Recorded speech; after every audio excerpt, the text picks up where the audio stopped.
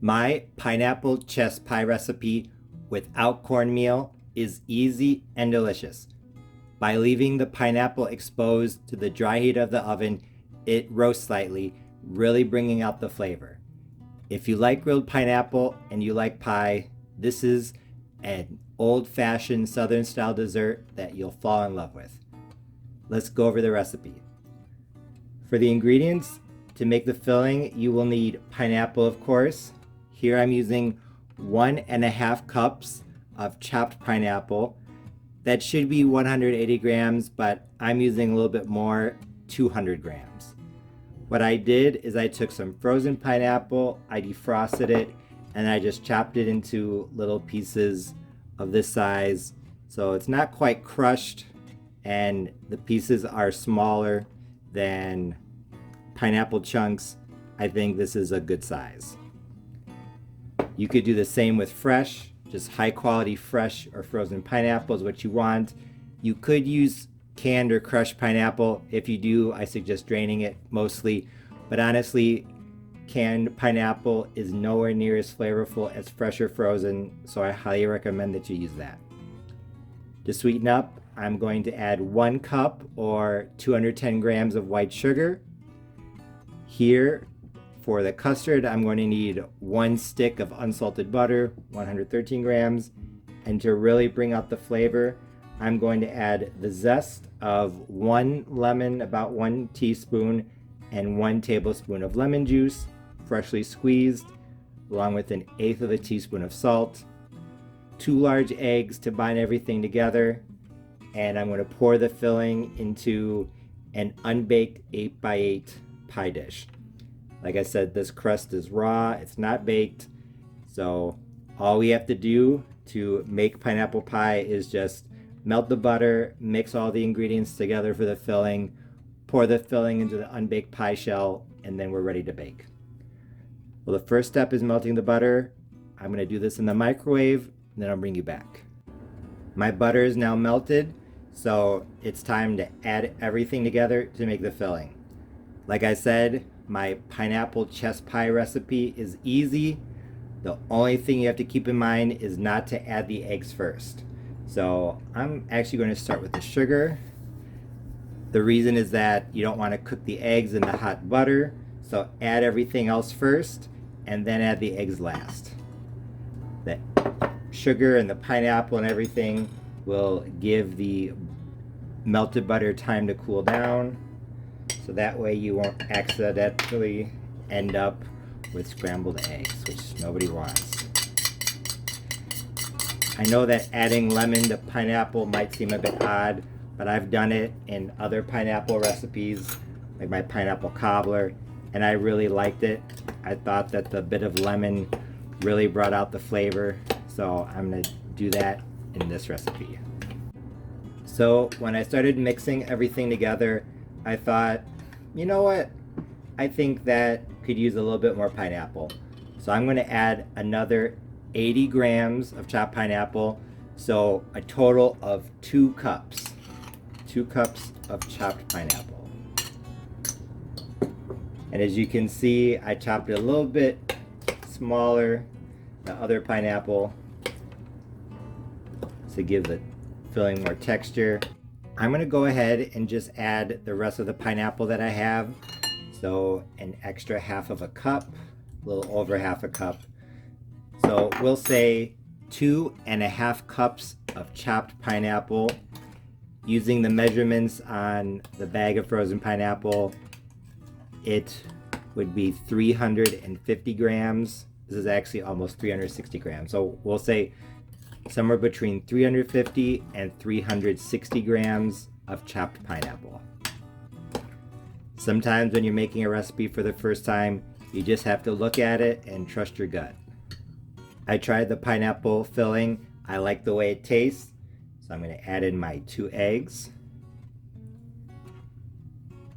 I don't know if you can tell, but the yolks are very yellow. That's because these are pastured eggs. I bought them recently because they were on sale, and not only does the yolk look a lot brighter or have a deeper color, but you can definitely taste the difference. So now I'm just blending in the eggs, nice and easy. No need for an electric mixer. You can get it if you want, but honestly, like I said, I don't think it's necessary. Make sure everything is thoroughly combined. Here I have my 8x8 pie crust. Just gonna pour the filling in. Then I'm gonna put this on a pizza pan so that it doesn't boil over onto the floor of my oven. My pineapple chess pie has been baking at 350 for an hour. It's still not quite as brown in the middle as I would like, so I just put some foil around the edge so that the crust doesn't brown too much. I just took my pineapple chess pie without cornmeal out of the oven. It was in at 350 uncovered for 1 hour. Then I put the foil around the edges so that the crust wouldn't burn, and I put it back in again at 350, still uncovered, for 30 minutes. So it baked for a total of an hour and a half. The crust is a bit brown. I would have put the foil on at the beginning if I would have known it would have taken so long to bake, but it'll be okay. It smells amazing.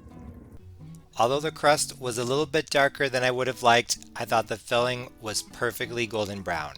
It smelled amazing, so I couldn't wait to give it a try. And when I took the first bite, I knew that my pineapple chess pie recipe without cornmeal was a big success because it was absolutely delicious. As expected, leaving this pie open-faced and letting the dry heat of the oven roast the pineapple on the top really brought out the flavor. And as with the pineapple pie and pineapple cobbler recipes that I did last year, the lemon really helped to bring out the fruitiness as well. But like I already said, what was different about this recipe is that the fruit was exposed to the dry heat of the oven and some of it roasted. As you can see here on the top, it turned golden brown, and that brought out the flavor in a way that nothing else can. Along with the butter in the filling, which always makes everything better, this pie was out of this world good. The crust was a little dark, which I'll get to in a minute, but that aside, the filling is probably one of the top 10 pie fillings I have ever had, maybe top 5. And that's saying a lot because I make a lot of pies. I know I'm just repeating myself now, but this pie was absolutely out of this world. It blew me away. And now that a slice is up close to the camera, you can see the golden brown top that I was talking about earlier. That really brought out the flavor. In terms of moisture, I thought the filling was just right. As you saw, you could cut a slice and it would hold its shape. I know that most chess pie recipes call for cornmeal or sometimes flour, but honestly, I thought that making this pineapple chess pie recipe without cornmeal was the right way to go. Although the cornmeal might have thickened the filling a little bit, I think that the grittiness would have interfered with the texture of the pineapple and it just wouldn't have been as good. Like I said, the filling tasted perfect. The only problem was the crust. It was definitely darker than I would have liked, and in places it was a bit dry and brittle, but honestly, the filling was just so good, it overshadowed the shortcomings of the crust. I've thought about how I could redo this recipe so that the crust wouldn't get overcooked, and the only thing I can think of is that maybe I could boil the filling on the stovetop for 20 to 30 minutes.